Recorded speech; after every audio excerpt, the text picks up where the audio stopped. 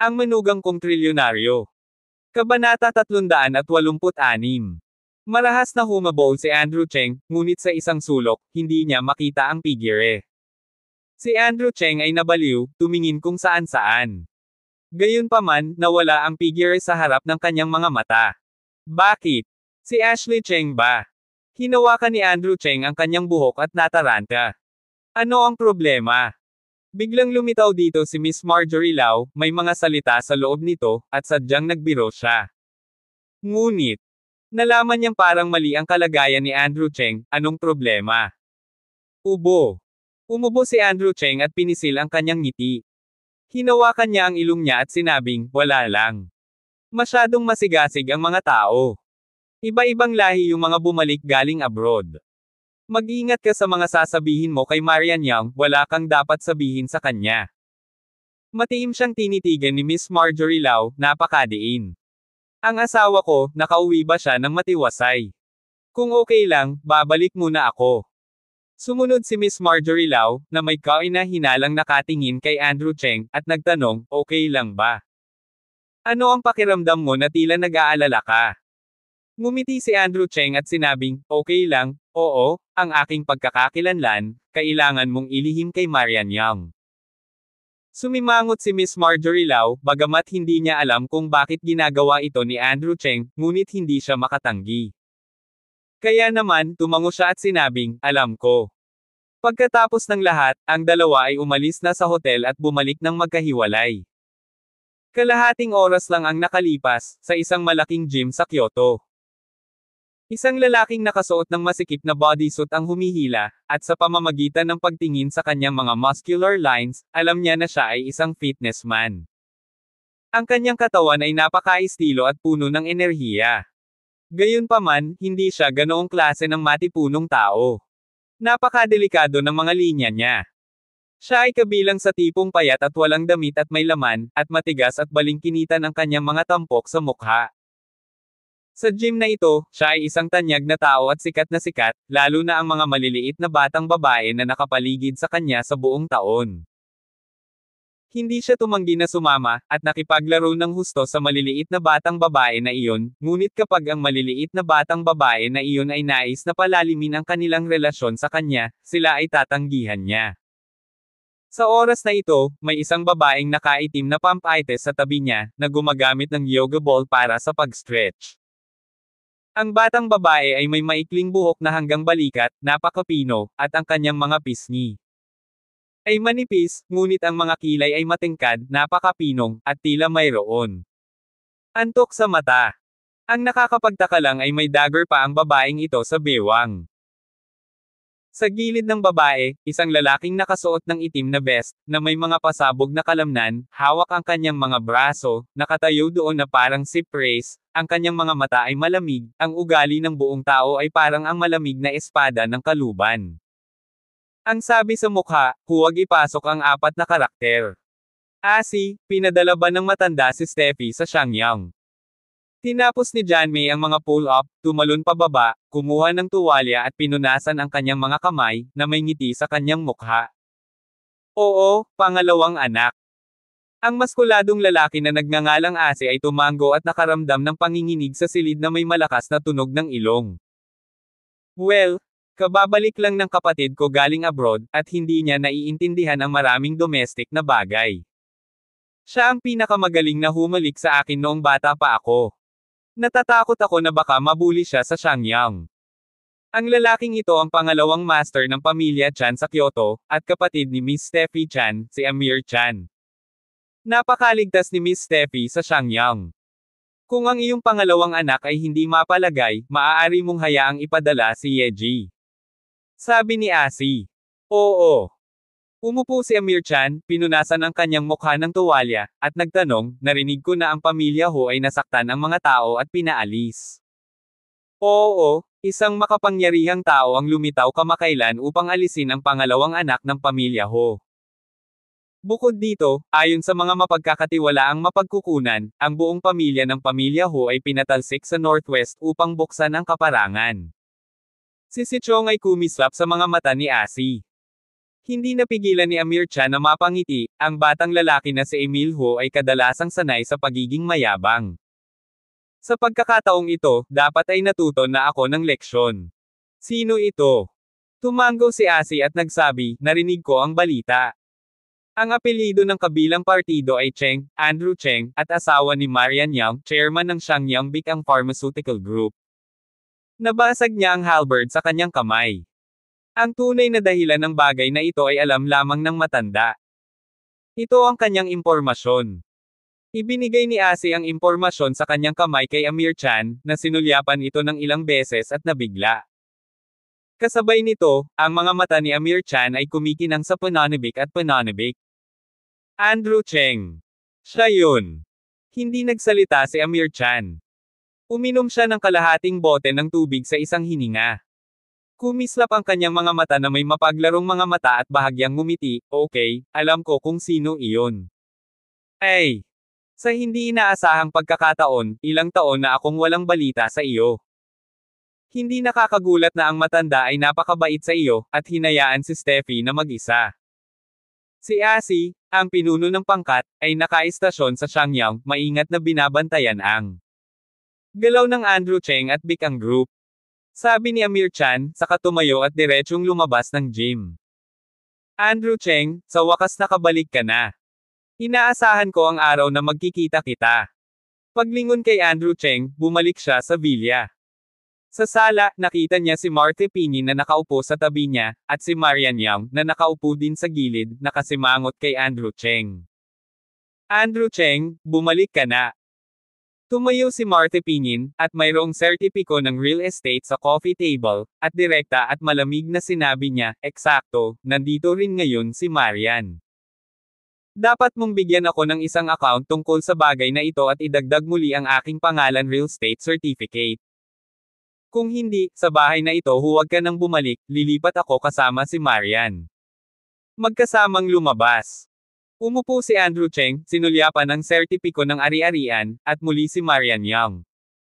Asawa, pasensya ka na, hihilingin ko sa aking ina na humingi ng tawad sa iyo. Nakinig ako sa paliwanag ng aking ina at napagtanto niya ang kanyang pagkakamali. Si Marian Yang ay walang magawa at hinailan niya ng kanyang ina upang tulungan siyang magmakaawa. Gayunpaman, nasaan ang istant ng aking ina na nagsusumamo? Alam mo bang mali ka? Tumawa si Andrew Cheng at tumingin kay Marthe Pinin. Saan mo alam na mali ka? Sino itong hitsura? Si Marthe Pinin ay natarante rin. Gusto niyang ipakita kay Andrew Cheng ang isang mapagpanggap na ugali at bigyan siya ng pagkakataong bumaba. Pero saan ko ba alam na hindi natatakot ang batang ito ngayon? Mom, humingi ka ng tawad. Itinulak ni Marian Yang si Marthe Pinin at sinenyasan siya. Nasa shelf din si Marthe Pinin, mahirap bumaba sa pwesto, pero para sa villa, nagtiis siya. Yan, Andrew Cheng, pasensya na, alam kong mali ako. Ibinaba ni Marthe Pinin ang kanyang mukha, at walang sinabing masakit. Hindi na ito tinanggap ni Andrew Cheng, hinisihan, at tumayo at umakyat sa itaas. Napatingin si Marian Yang kay Marthe Pinin, mabilis na sumunod, at sinamahan si Andrew Cheng sa itaas. Tumingin muna si Andrew Cheng sa rice grain room.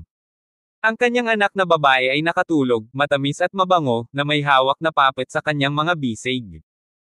Pagkatapos ay tumalikod siya at bumalik kay Marian Yang sa kwarto. Nakaramdam siya ng pagod ngayon, lalo na nang makasalubong niya sa hotel ang isang babaeng kamukhang kamukha ng kanyang kapatid na babae, si Ashley Cheng. Palagi niyang nararamdaman na parang may gustong sabihin sa kanya ang kabilang partido. Bakit may ganyang tao sa mundo? Si ate ba talaga?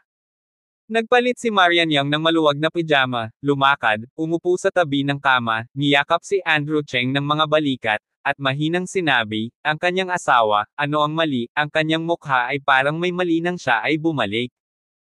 Napagod ka ba kamakailan? Humiga si Andrew Cheng sa kama, tumalikod, niyakap si Marian Yang bigla, naramdaman ang lambot at init ng kanyang katawan, sinabing, Marian, kung isang araw kailangan kong umalis at lumayo dahil sa isang bagay, hindi kita makakasama at Rice ano ang gagawin mo sa paligid mo? Hindi inaasahan ni Marian Yang na sasabihin ni Andrew Cheng ang pangungusap na ito nang biglaan, hinaplos ang kanyang ulo, at ngumiti at sinabing, ang tanga, kung isang araw ay wala ka, talagang kukunin ko ang bata, at lagi kitang hihintayin. Bumalik ka. Kahit 10 taon, 20 taon, o kahit habang buhay, hihintayin kita. Panghabang buhay. Naramdaman ni Andrew Cheng ang buong pagmamahal ni Marian Yang at ngumiti, salamat asawa. Ang dalawang tao ay nagyakapan ng napakainit kaya binitawan ni Andrew Cheng ang kanyang kamay saglit, at nagtanong si Marian Yang, Andrew Cheng, kamusta naman ang ilang bagay para sa aking ina, ano sa palagay mo? Hindi naman, kung hindi siya magaling, si Marte Pinyin ay malamang na nasangkot sa kaguluhan. Ngumiti si Andrew Cheng at sinabi, alam ko, ay dadagdag ko ito bukas. Ngumiti si Marian Yang, ikinawit ang buhok sa kanyang tainga, hininaan ang kanyang boses, at sinabing may kahihiyan, Andrew Cheng, alam kong naagrabyado ka sa ating bahay dahil nagparaya din ako sa aking ina, salamat.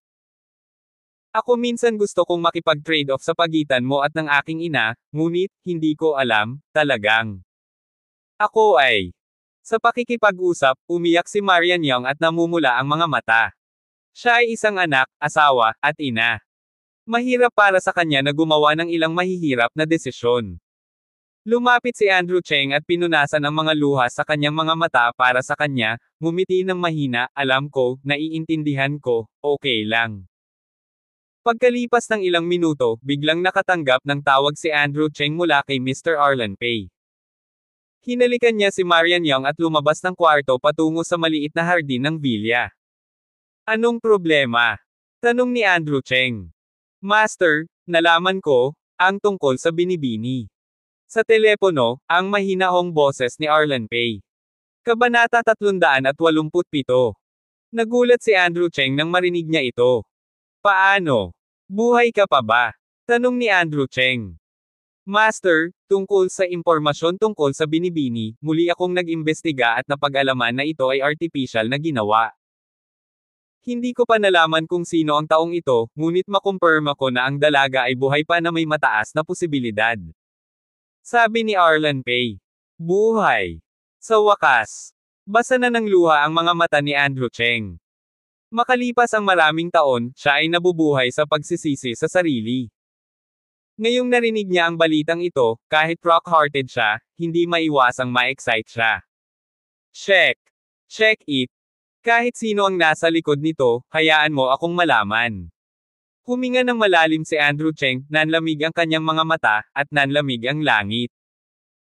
Alam na alam niya na dahil minamanipula ang impormasyon ng kanyang ate, ibig sabihin ay may namamagitan sa kanyang likuran. Ang kanilang layunin ay kakilakilabot. Gayunpaman, anuman ang layunin ng kabilang partido, dapat suriin ito ni Andrew Cheng. Kahit sino pa, basta masaktan nila ang ate niya, pagbabayarin niya sila. Ibinaba lang ni Andrew Cheng ang telepono, at biglang may lumabas sa likuran niya, at nakangiting nagsabi, Kuya, ano ang ginagawa mo? Cherry Young. Si Miss Cherry, sa isang maluwag at cool na nightdress, ay walang pakialam sa kanyang spring, umupo sa isang rocking chair, at tumingin kay Andrew Cheng na parang multo. Bakit ka nandito? Bahagyang kumunot ang noo ni Andrew Cheng, ano ang narinig niya? Wala lang, may ipapatulong lang ako sa bayaw ko. Nakangiting sabi ni Cherry Young, hindi man lang magalang. Anong meron? Ilang araw pagkatapos ng kaarawan ng aking kaklase, maaari mo bang kontakin ng Mr. Arnelka na iyon at mahiram ang kanyang Rolls Royce para ipadala sa akin? Dinilat ni Cherry Young ang kanyang mga mata at tinitigan ng mahigpit si Andrew Cheng. Isang araw na niya itong iniisip. Sa anumang kaso, kailangan niyang hilingin kay Andrew Cheng na tulungan ang kanyang siya na makuha ang Rolls Royce. Isipin kung gaano kaganda kung nakaupo ka sa Rolls Royce sa party. Ang lahat ng mga mag-aaral sa madla ay dapat inggit sa kanilang sarili. Imposible, matulog ka ulit. Sa sandaling pumikit ang mga mata ni Andrew Cheng, alam niya kung ano ang iniisip ni Cherry Young. This girl? So grown up? How can it be so heavy compared to the heart?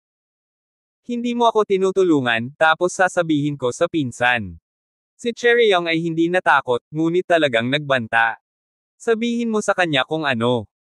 Humalaklak si Andrew Cheng, iniisip kung anong gamot ang ibinebenta sa Cheryong Gourd na ito. Kung hindi mo alam kung wala kang gagawin, narinig ko ang lahat ng mga tawag na ginawa mo.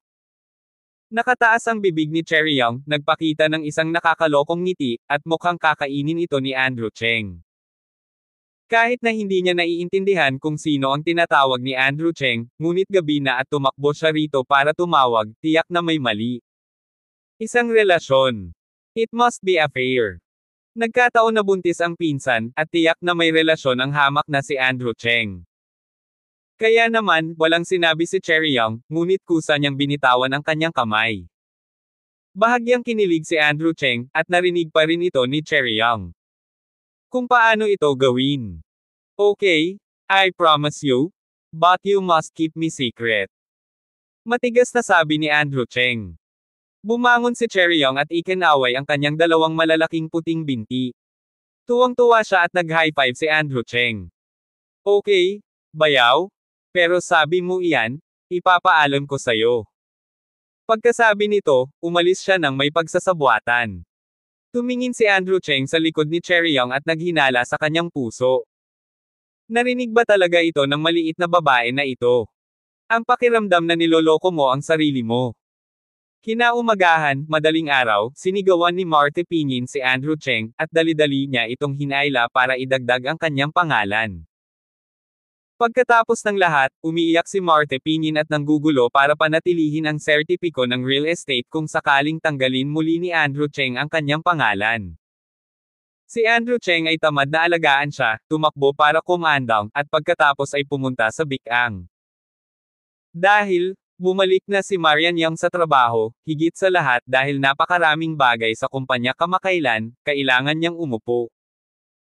Pagpasok sa opisina ni Marian Yang, nakita ni Andrew Cheng na nakaupo siya sa upuan ng boss na nakasuot ng itim na damit, at ang sikat ng araw ay nasa kanyang mga balikat. Kung tutuusin, ang magandang asawa ay palaging nakakaakit at nakakapanibago sa ilang mga sulyap pa. Miss, anong ginagawa mo sa akin? Napangiti si Andrew Cheng sa sofa. Galit na sinulyapan siya ni Marian Yang, isinara ang plano ng proyekto sa kanyang kamay, at mahinang sinabi, matutulog ka kapag papasok ka sa trabaho. Nagkibit balikat si Andrew Cheng at sinabing, wala akong gagawin, naghahalo lang ng mga gawain. Inalis ni Marian Yang ang kanyang emosyon at seryosong tumingin kay Andrew Cheng, ano ang naisip mo sa pangyayaring iyon kagabi? Ang pagpaslang kagabi, para kay Marian Yang, ay kailangang magpatunog ng alarma, tila maraming tao ang nagnanais sa kanilang sarili. Tumingin si Andrew Cheng kay Marian Yang, pinisil ang kanyang baba at sinabing, well, hayaan mo akong mag-isip tungkol dito. Ano ang masasabi ko? Hindi ko masabi kay Marian Yang ang totoo. Naghukay ng hukay ang batang si Austin Lau. Pagkaraan ng 10 minuto, walang sinabi si Andrew Cheng, habang nakapikit ang kanyang mata. Sumimangot si Marian Yang, sumisigaw, Andrew Cheng, natutulog ka na naman. Nagising si Andrew Cheng at tumalikod at mahinahong sinabi, alam ko, okay lang, hayaan mo akong ibigay ito sa iyo. Ikaw. Anong magagawa mo? Si Marian Yang ay hindi masyadong naniniwala kay Andrew Cheng. Tutal, sinaksak naman ng kabilang partido. Ang ganitong bagay ay makikita lamang sa mga pelikula. Natural akong may paraan, kaya huwag kang mag-alala tungkol dito. Tamad na nagunat si Andrew Cheng. Nang makitang ayaw sabihin ni Andrew Cheng, hindi nagtanong si Marian Yang, ngunit may pag-aalalang nagtanong, ngayon lang ako hiniling ni Lester Cao na kumain, pwede ba akong pumunta? Sinabihan ka ni Lester Cao na kumain. Nakataas ang kilay ni Andrew Cheng, palaging nararamdaman ang sarap ng Hongmen Banquet. Gusto ba niyang tanungin si Marian Yang, o gusto niyang subukan ang sarili niya? Well, sabi mo pupunta ako o hindi? Tumingin si Marian Yang kay Andrew Cheng na may mga mata na nanghihingi, at sa hindi niya namamalayan, naramdaman na niya na hindi niya kayang mabuhay nang wala si Andrew Cheng. Go! Niyayaya kanyang kumain ng libreng pagkain, hindi tanga. Tumango si Andrew Cheng, tandaan mong isama ako, at matagal na rin tayong hindi nakaupo para mag-usap ng magkasama. Sa tingin mo ba talaga? Tanong ni Marian Yang. Si Andrew Cheng at Lester Cao ay palaging walang ugnayan, ganap na dahil sa kanyang sarili. Alam din ni Marian Young, ngunit wala rin siyang magawa. Kung tutuusin, talagang tinali sila ni Lester Cao ni Andrew Cheng noon. Tumawa si Andrew Cheng, bueno, hindi ako lalaking may tiyan ng manok, baka gusto ni Lester Cao na makipagkasundo sa akin.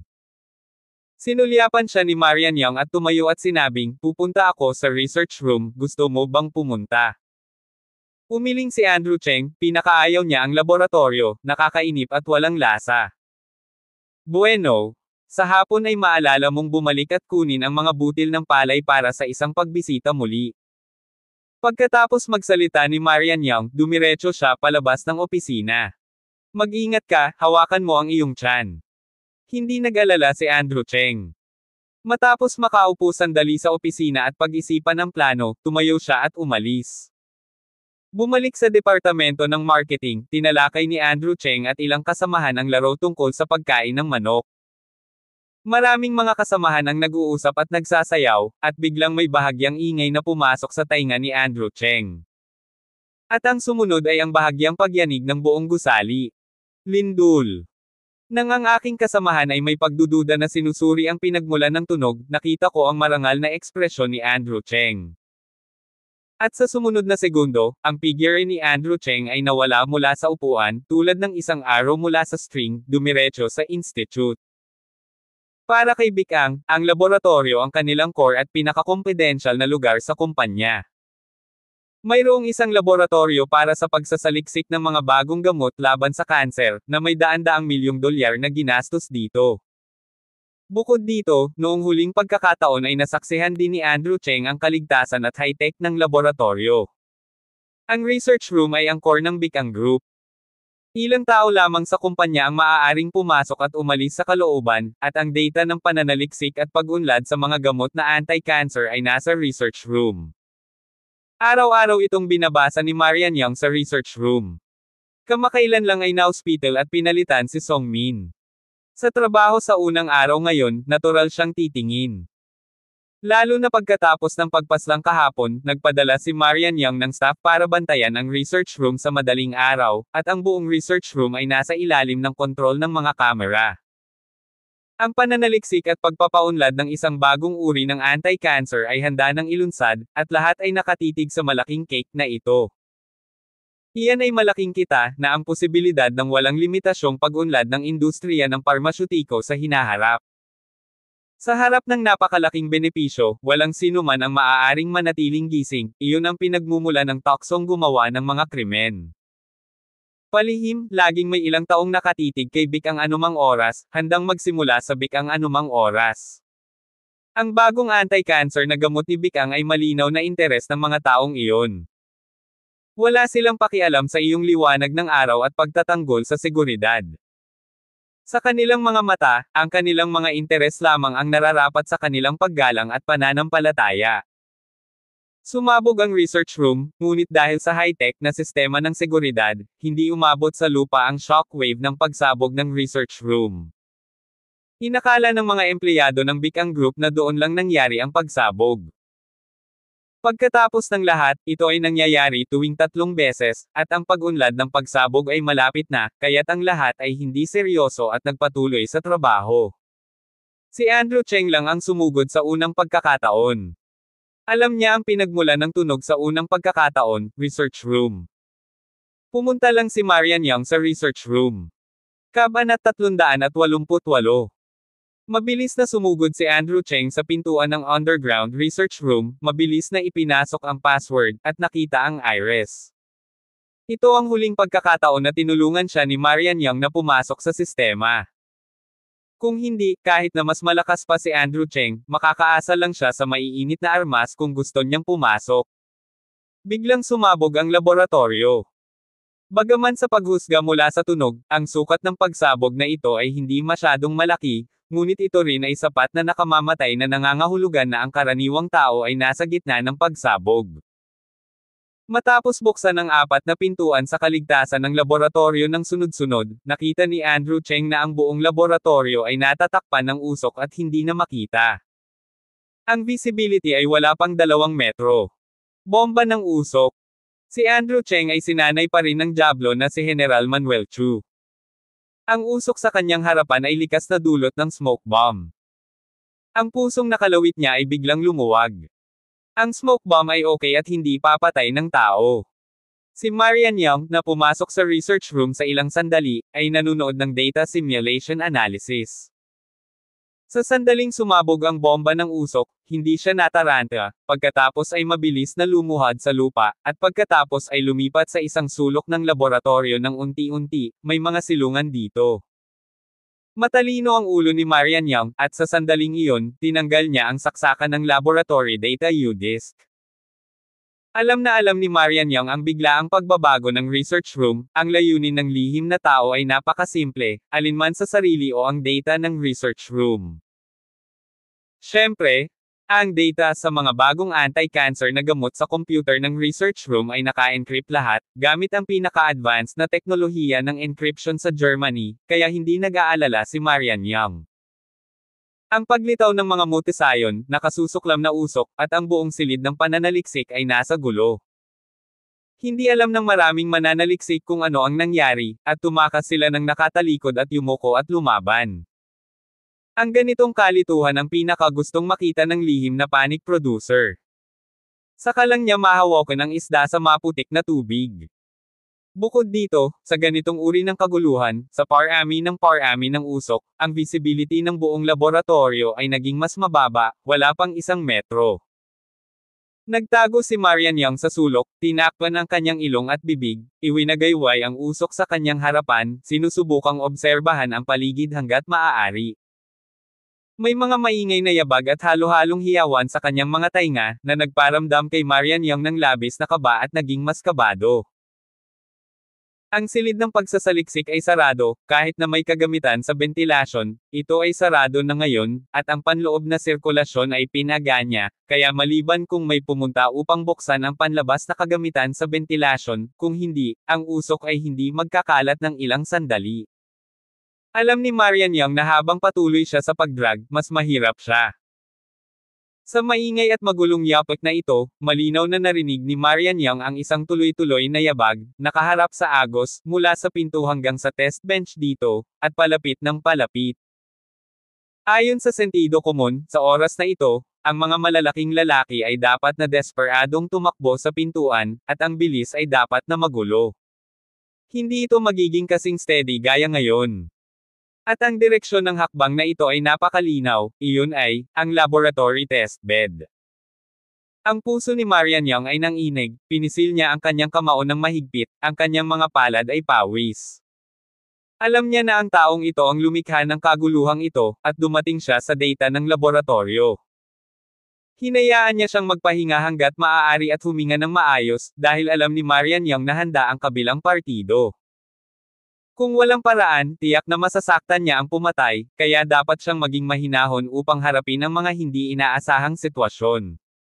Mabuti sana kung nandito si Andrew Cheng. Sa sandaling ito, ang figure ni Andrew Cheng ay nag-flash sa isip ni Marian Young. Papalapit ng papalapit ang tunog ng mga yabag, malapit na sa test bench, parang nag-iikot. Tahimik. Huwag kayong magpanik. Maglupusay kayong lahat, huwag basta-basta gumalaw. Sinarado ko na ang pinto ng laboratorio, bumalik kayong lahat sa akin, maglupusay. Tumayo si Andrew Cheng sa tarangkahan ng laboratorio at iwinagayway ang usok sa kanyang harapan. Hindi niya talaga makita ang sitwasyon. Ilang mananaliksik sa kanyang tabi ang tumakbo sa kanya at pinigilan siya. Ngayon, si Andrew Cheng ang pinto. Pakiramdam niya ay walang sino man ang pinapayagang madulas sa ilalim ng kanyang mga talukap. Alam niyang hanggat bumukas ang pinto sa likuran niya, magiging ganap na magulo ang laboratorio, at mas mahirap isipin ito sa pamamagitan lamang ng pagtingala. Bagamat nababalot ng usok ang research room, malakas pa rin ang boses ni Andrew Cheng. Narinig ni Marian Young ang boses ni Andrew Cheng sa unang pagkakataon, ang kanyang nakakuyom na maliliit na kamao ay unti-unting lumuwag, at ang kanyang kinakabahan na tibok ng puso ay huminahon. Andito na siya sa wakas. Hindi maintindihan ni Marian Young kung bakit nangyari ito. Sa sandaling lumitaw si Andrew Cheng, ang kanyang puso ay mas tahimik. Palaging lumalabas ang lalaking ito kapag kailangan niya ito.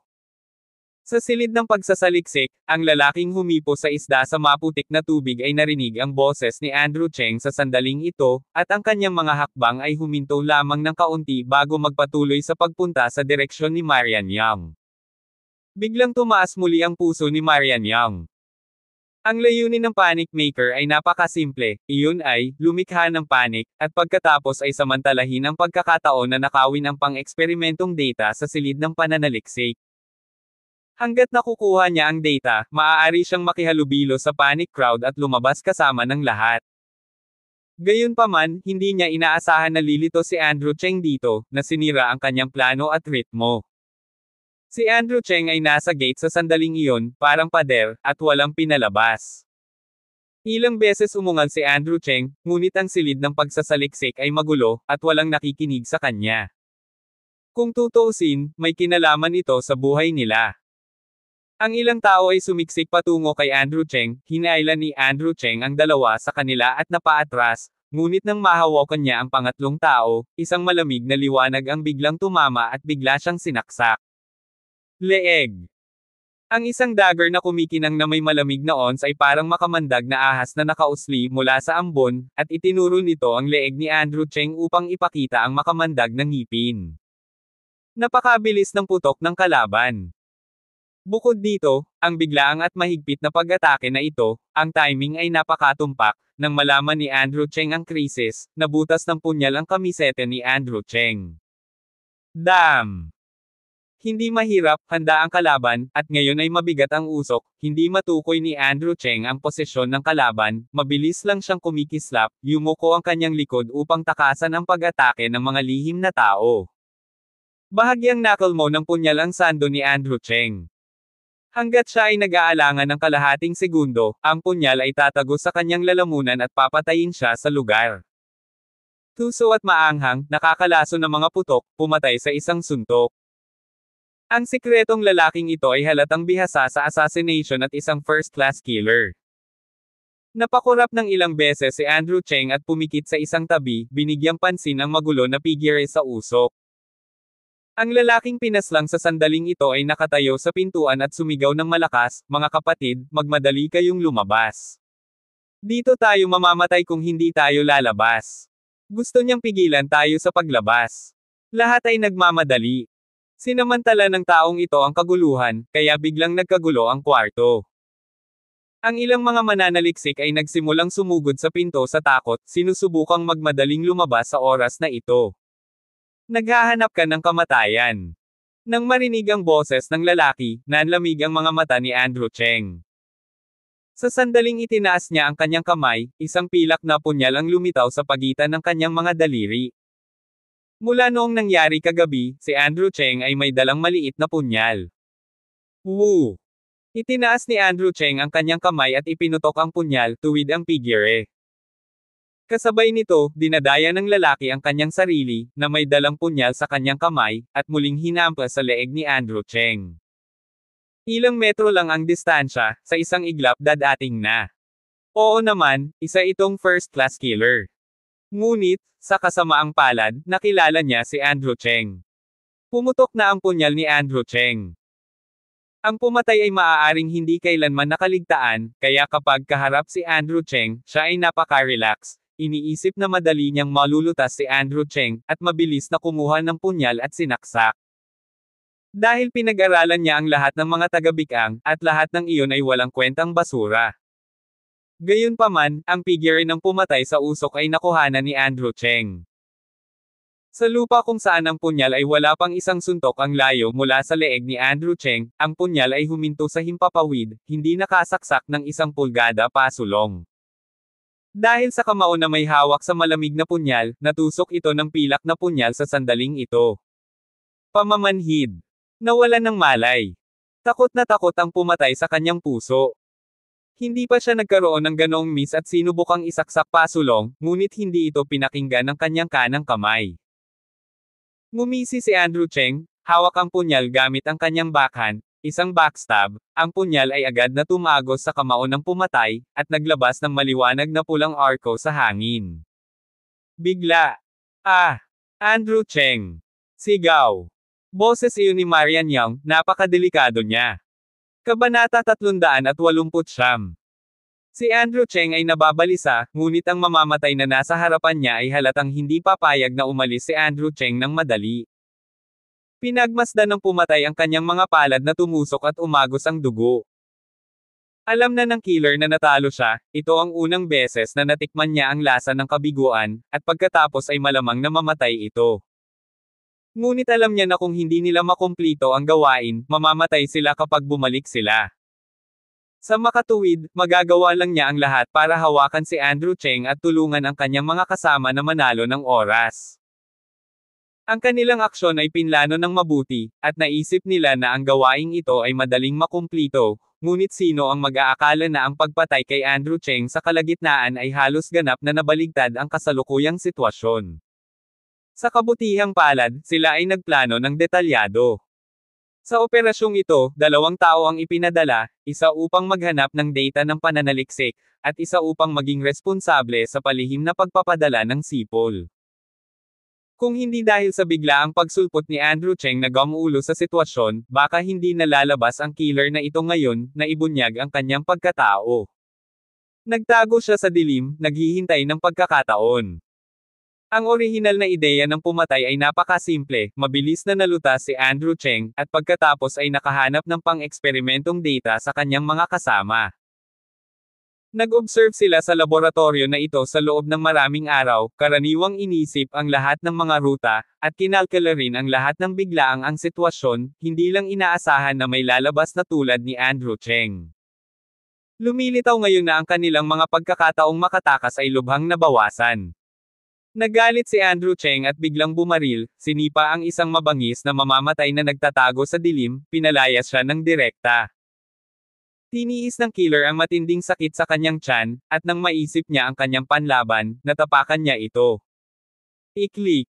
Diretso ang pagtapak ni Andrew Cheng sa tuhod ng killer, at ang buto ng tuhod ay nabasag agad. Ano? Napasigaw ang mamamatay tao at bumagsak sa lupa na nakatikip ang mga tuhod. Hindi maaaring maging walang awa si Andrew Cheng, at hinawakan niya ang punyal na inagaw mula sa pumatay sa kanyang kamay, at walang awang sinaksak patungo sa balikat ng pumatay. Masasabing torture ang ganyang sakit.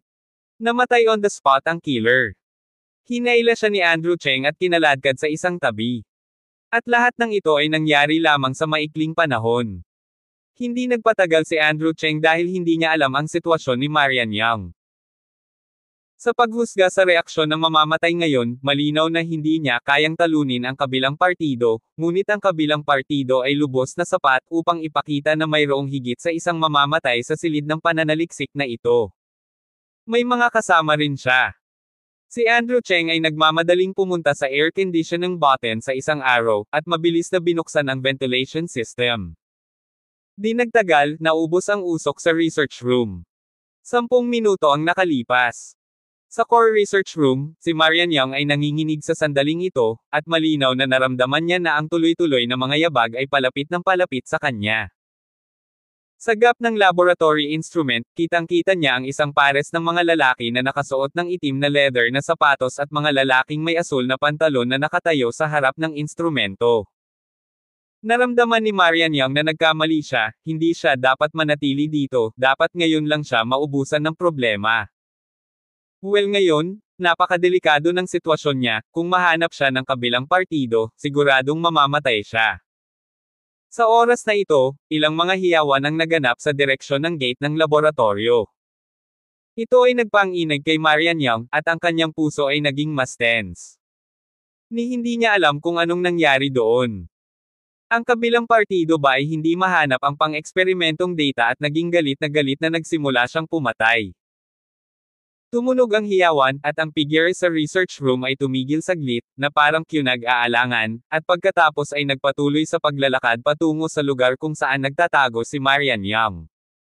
Hakbang-hakbang, dahan-daang lumapit. Hanggang sa tumayo ang figurang iyon sa tabi ng data computer sa laboratorio.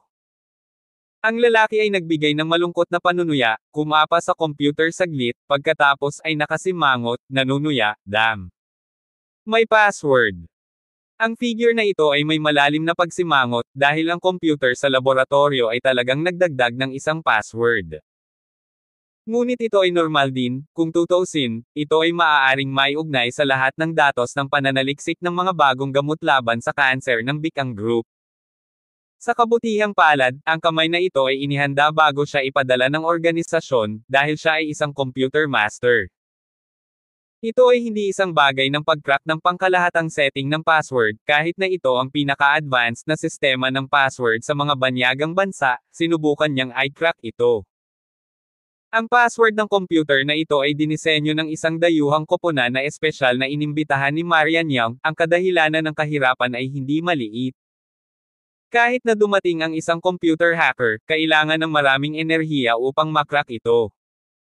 Gayunpaman, mula sa kasalukuyang sitwasyon, wala siyang gaanong oras. Kung hindi mo ito makrack, maaari mo lamang alisin ang host. Ngunit sa kasong iyon, ang layunin ay masyadong halata. Sa pag-iisip ng alalahaning ito, ang taong ito ay hindi na nagtatago, at piniling marahas na alisin ang host at alisin ang hard disk. Gayunpaman, nang siya ay yumuko at nangangapa, ang kanyang mga paggalaw ay tumigil, dahil bigla niyang nalaman na ang host ay talagang nakalock sa safe, at kailangan din niyang i-crack ang password. Si Marian Young ay matalino. Matagal na niyang isinaalang-alang ang ninakaw na pang-eksperimentong data sa laboratorio, kaya espesyal niyang pinili ang pinaka-advanced na foreign safe at nilock ang host. Sa pagkakataong ito, mas malalim ang halatang kilay ng lalaki, at hindi ko inasahan na napakakomprehensibo ng diskarte sa seguridad ng Bicang Group. Mukhang ang paraan lang para makrack ang password ang mapupunta. Sinubukan ng lalaking assassin na magpasok ng ilang mga password, ngunit lahat sila ay mali, at nagbabala ang sistema ng seguridad na papasok pa sila ng 3 beses. Sa pamamagitan lamang ng paghiwa nito maaalis ang host sa loob. Kung ganoon, ang dami ng engineering. Kahit na siya ay isang computer master at isang password master, sa kasong ito, hindi siya nang ahas na subukan ito ng madali, at ito ay medyo napakalaki, at ang kanilang gawain ay ganap na nabigo sa oras na ito. Maingat niyang pinag-aralan ang istruktura ng password na ito, na siyang pinaka-advanced na dayuhang 9 na buto na 10 hanay na pag-aayos at serye ng kombinasyon. Sa ganitong kaayusan, ang password na ito ay may posibilidad na 10-10 milyon. Malinaw, imposibleng makrack niya ang password sa maikling panahon. Bukod dito, pagkatapos na marinig ang ilang mga panaghoy ng kanyang mga kasama sa labas, alam niyang sira na ang sitwasyon. Tiyak na natuklasan ito ng mga taga-Bicang Group, at kahit isang master. Alam na alam niya ang lakas ng mga kasama niya, kung matatalo man siya, hindi baliwala ang lakas ng taong iyon. Nakasuot siya ng research suit, nakasara ang kilay, at may naamoy siyang bakas ng mapanganib na hininga. Ang kanyang pangalan ay North Wolf, at siya ay isang mamamatay na espesyal na pinili ng organisasyon. Ang kanyang kasama ay isang buwiter. Pareho silang napakalakas, at sila ay mahusay sa pagpatay. Sila ang mga first-class master sa organisasyon. Sa pagkakataong ito ang dami ng gawain ay napakalaki, kaya para masiguradong walang palya, ipapadala silang dalawa ng Big Boss. Gayunpaman, ang buwiter, na pinakamagaling sa pagtatago ng mga assassinations, ay sumigaw ng ilang beses sa sandaling ito, sapat na upang makita siyang makatagpo ng isang partikular na malakas na kalaban. Naisip ng hilagang lobo na kung ang buwiter ay pinatay ng kalaban, paano siya makakatakas? Ang kakayahang pumatay ng mga buwiter sa loob ng ilang segundo ay sapat na upang makita na ang lakas ng lalaki ay medyo maliit, at dapat silang higit sa kanila, kahit nakasama ang malaking boss. Sa hindi inaasahang pagkakataon, nagtago talaga ang Bicang Group ng ganoong master. Hindi ko nakuha ang pangunahing data ng laboratorio, at maging ang buhay at kamatayan ng buwiter ay hindi alam. Ito ay walang alinlangan ang pinakanakamamatay para sa North Wolf. Dahil ang oras ay hindi naghihintay sa iba. Dahil hindi makrack ang password, maaari lang itong umasa sa isang tao, at malinaw na handa na ang pagkakakilanlan ng taong iyon. Yan ang chairman ng Bicang Group, Marian Young. Malinaw na naalala ni North Wolf na nasa research room si Marian Young noong nagpaplano sila, at dahil dumating si Marian Young kaya lang sinimulan nila ang plano kung sakali. Dahil ang hard drive ay wala sa kamay, kung gayon ang Marian Young ay maaari lamang ibalik, at ang gawain ay itinuturing na tapos na. Hindi bababasa, ang Bikang Group ay tiyak na hindi papansinin ang buhay at kamatayan ni Marian Young, at dapat alam niya ang password. Naalala ng Northwolf na ang lokasyon ng Marian Young na nakita nila bago ang nakaraang kaguluhan ay dapat nasa malapit, at malamang sa research room na ito. Dahil noong siya ay nasa kaguluhan, hindi niya nakita si Marian Young sa labas.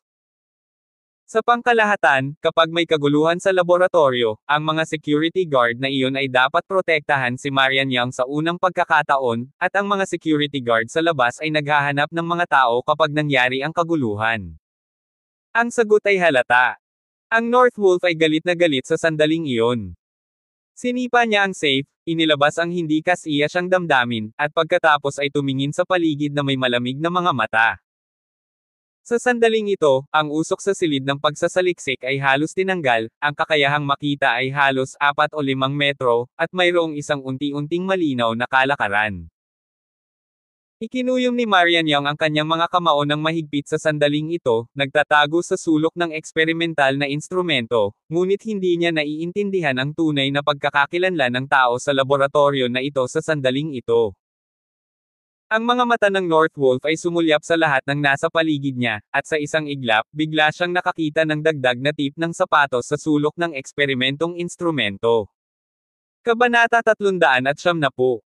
Hindi nito dapat sisihin si Marian Young, nagmamadali siyang nagtatago, at hindi alam ang sitwasyon sa labas. Sa pananaw niya, ayos lang, pero sa labas, nakita na niya ang pares ng mga tip ng sapatos. Nakita ng Northwolf ang dulo ng sapatos at ngumisi sa gilid ng kanyang bibig, na nagpapakita ng malamig na ngiti. Malinaw niyang naalala na suot ni Marian Young ang mga sapatos na ito ngayon. Hakbang-hakbang, humakbang siya sa harapan ni Marian Young, at tumingin sa babaeng nakahawak sa kanyang mga tuhod na may malamig na mga mata. Itinaas ni Marian Young ang kanyang ulo, sumisigaw habang tinatakpan ang kanyang bibig, pagkatapos ay tahimik na tumayo, inayos ang kanyang isip, at mahinahong tumingin sa lalaking nasa ilalim ng mabigat na uniforme sa pananaliksik. Give you 2 choices. Tell me the password, or be taken away by me. Oras ay buhay, hinawakan ni Northwolf ang kamay ni Marian Young at kinurot ito ng mariin. Natahimik si Marian Young, bahagyang kumunat ang kanyang noo, at sa sandaling hinawakan ni Northwolf ang kanyang braso, marahas niyang itinulak ang kanyang mga tuhod sa ilalim ng tiyan ni Northwolf. Malaking lakas. Isa rin itong trick na ginamit niya para maiwasan ang pag-iwas sa lobo noong nakaraan. Gayunpaman, ang pagtutol ni Marian Young sa sandaling ito ay katumbas ng paghahanap ng pagtatago mula sa tigre. Binigyan lang niya ito ng kaunti patagilid at iniwasan ang tuhod ng patay na anak ni Marian Young. Pagkatapos, tinitigan niya ng masama si Marian Young, na nagpakita ng matamis na ngiti at sumisigaw, "Miss Young, ipinapayo ko sa iyo na huwag kang maglaro. Halika at i-unlock ang password nito, kung hindi, babawi ako sa iyo." Sa oras na iyon, ang iyong magandang babae ay maaaring maging isang drooling object para sa lahat ng lalaki sa aming organisasyon. Si Marian Young ay sumimangot, tahimik pa rin, alam niya na kung siya ay kinuha ng lalaki sa kanyang harapan, kung gayon siya ay mabangis, ngunit hindi niya masabi sa kausap ang password.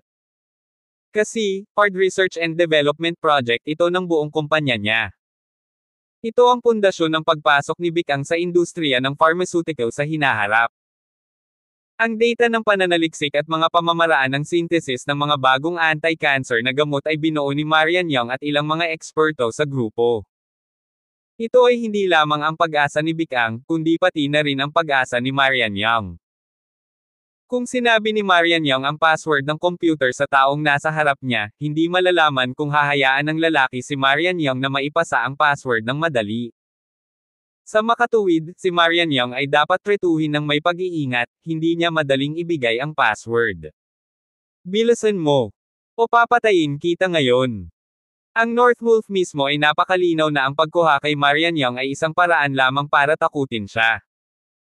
Kung gusto mo talagang kunin ang mga tao, kung gayon ang layunin ay masyadong malaki, tinatayang mapapahinto sila bago sila umalis sa silid ng pananaliksik. Ang oras ay tumatakbo ng maikli, dapat niyang pilitin ang password na tanungin ng mas maaga, kung hindi man ay mas matagal ang pagkaantala, mas malala ang sitwasyon para sa kanya. Ang Northwolf ay walang ideya na kawan si sino man. Ang isang pares ng bakal na sipit ay direktang kinurot sa leeg ni Marian Young at nagngangalit ang kanyang mga ngipin. Si Marian Young ay pinisil ng leeg ng North Wolf na hindi siya makahinga, at ang kanyang maliit na puting mukha ay agad na namula.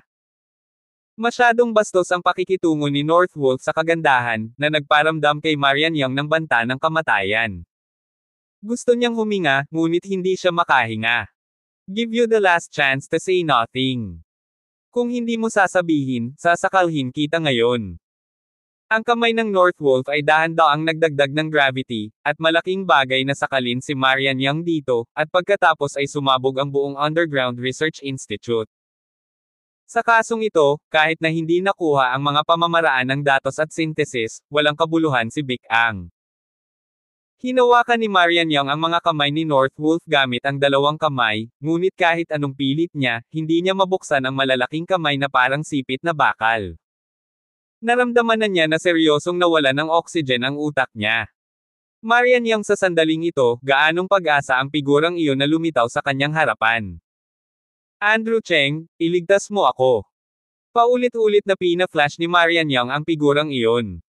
Umaasa siya na maaaring lumitaw si Andrew Cheng sa lalong madaling panahon. Alam niyang nasa research room si Andrew Cheng. Narinig niya ang lahat ng galaw sa labas. Umaasa lang siya na mahanap ni Andrew Cheng ang kanyang sarili sa lalong madaling panahon. Akala ko isa lamang itong ordinaryong at abalang araw, at ito ay walang pinagkaiba sa dati, ngunit sa loob ng ilang minuto, si Marian Young ay binyantaan ng kamatayan.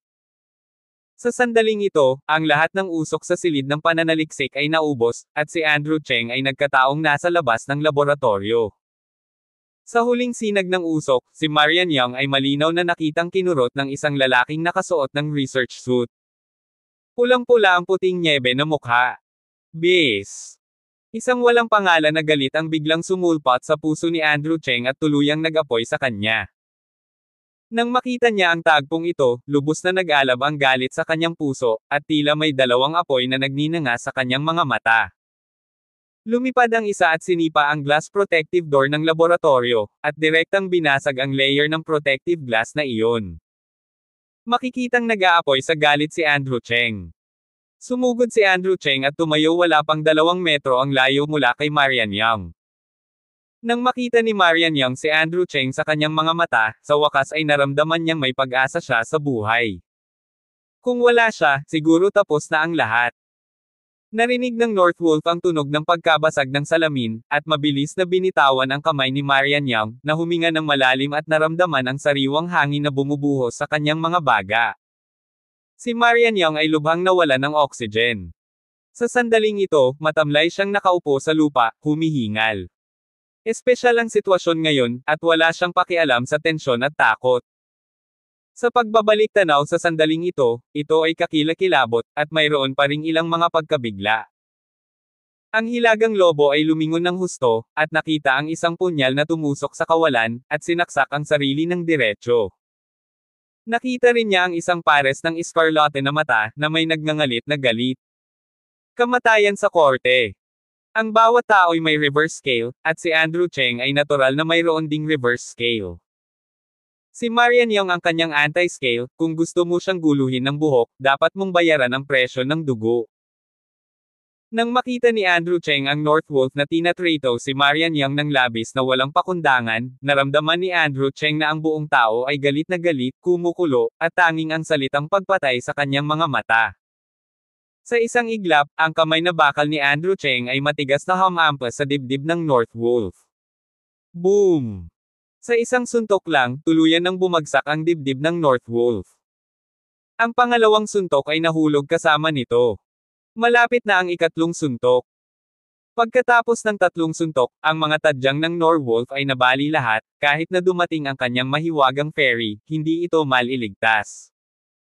Matamlay na nakaupo si Marian Young sa lupa sa sandaling ito, humihingal, bahagyang lumabo ang kanyang mga mata, para lamang makita kung ano ang desperadong inilalabas ng figure.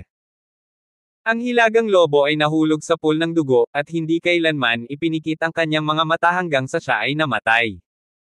Naglakad si Andrew Cheng sa gilid ni Marian Young. Tiningnan niya ang namumula na pisngi ng huli at nag-aalalang nagtanong, Marian, kumusta ang lahat? Huminga si Marian Young, tinakpan ang kanyang leeg, tumingin kay Andrew Cheng, at umiling, okay lang ako. Kumusta siya? Kumilos ng walang ingat. Si Andrew Cheng ay malamig na tumingin sa North Wolf sa lupa at sinabi. Tumango si Marian Young, sinusubukang tumayo. Sa oras na ito, wala siyang takot at gulat sa maliit na batang babae, ngunit kalmado at hindi nakatago. Natatakot ka ba? Tanong ni Andrew Cheng. Tumango si Marian Young, pagkatapos ay umiling. Ngumiti si Andrew Cheng at nagsabi, tama ang performance, karapat-dapat itong purihin. Sa susunod na segundo, nang makita niya ang 5 fingerprint sa leeg ni Marian Young, nanlamig agad ang kanyang mga mata. Inabot ni Andrew Cheng ang kanyang kamay at hinawakan ang maselang leeg ni Marian Young at inalagaan, masakit ba? Nataman ni Marian Young ang mga mata ni Andrew Cheng at nagulat, inabot niya ang kanyang leeg at sinabing, okay lang. Dumaan ang kamay ni Andrew Cheng sa baluktot ng binti ni Marian Young, at pagkatapos ay dumaan ang kabilang kamay sa kanyang kilikili, direktang nakahawak kay Marian Young. Anong ginagawa mo? Si Marian Young ay halatang natarante, ganap na hindi handa, at ang kanyang maliit na mukha ay agad na kuminang. Bilisan mo at ibaba mo ako. Hinawakan ni Andrew Cheng sa isang matalik na paraan, naramdaman ni Marian Young na nag-aapoy ang kanyang mga pisngi sa gulat. Sa bagay, maraming tao sa labas. Magdudulot ba ng chismis ang kanilang love words? Sinubukan niyang magpumiglas at tumalon mula sa mga braso ni Andrew Cheng ng ilang beses, ngunit wala siyang gaanong lakas ngayon. Huwag kang gagalaw, asawa kita, anong kinatatakutan mo? Dadalhin kita para gumaling. Hinawakan ni Andrew Cheng si Marian Young ng ganito, at dirdiretsong naglakad patungo sa pintuan ng institute. Sa oras na ito, ang pinto ng institute ay binuksan, at ang magulong pulutong ay halos tumakas. Si Ferdy Lau, ang pinuno ng security team, ay sumugod kasama ang isang grupo ng mga tao. Nang malaman na may nangyari sa Research Institute, nahaharap si Ferdy Lau sa isang malaking kalaban. Iyon ang pinakamahalagang bahagi ng buong grupo, at nabalitaan kung nasa loob din ang Pangulo, natakot si Ferdy Lau kaya berde ang kanyang mukha. Gayunpaman, bago sila sumugod sa institute, nakita nila na ang ilang mga mananaliksik ay tumakbo palabas ng institute. Hinawakan ni Ferdy Lau ang isang lalaki at tinanong, anong nangyari sa loob? Isa-isa kayong nagpapanik. Paano si Miss Young, nasa loob ba si Miss Young?